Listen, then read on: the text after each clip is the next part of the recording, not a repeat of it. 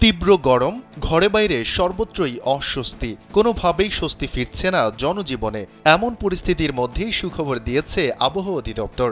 সংস্থাটি বলছে, সোমবারের মধ্যে সাগরের লঘুচাপ তৈরি হতে পারে, ফলে আগামী 5 দিন বৃষ্টিপাতের প্রবণতা বাড়তে পারে। শনিবার সন্ধ্যা 6টা থেকে পরবর্তী 72 ঘন্টার পূর্বাভাসে এই তথ্য জানানো হয়েছে। পূর্বাভাসে মৌসুমী বায়ুর অক্ষের বর্ধিতাংশ ভারতের পাঞ্জাব, মধ্যপ্রদেশ, উত্তরপ্রদেশ, বিহার ও পশ্চিমবঙ্গ এবং বাংলাদেশের মধ্যাঞ্চল হয়ে আসাম পর্যন্ত বিস্তৃত রয়েছে। এর একটি বর্ধিতাংশ উত্তর বঙ্গোপসাগর পর্যন্ত বিস্তৃত। সেই সঙ্গে মৌসুমী বায়ু বাংলাদেশের ওপর মোটামুটি সক্রিয় এবং উত্তর বঙ্গোপসাগরে মাঝারি অবস্থায় রয়েছে। সেলফিন অ্যাপে দেশ বিদেশের যে কোনো জায়গা থেকে অ্যাকাউন্ট খুলতে পারবেন কোনো ঝামেলা ছাড়াই। সেলফিন, আগামীর ব্যাংকিং।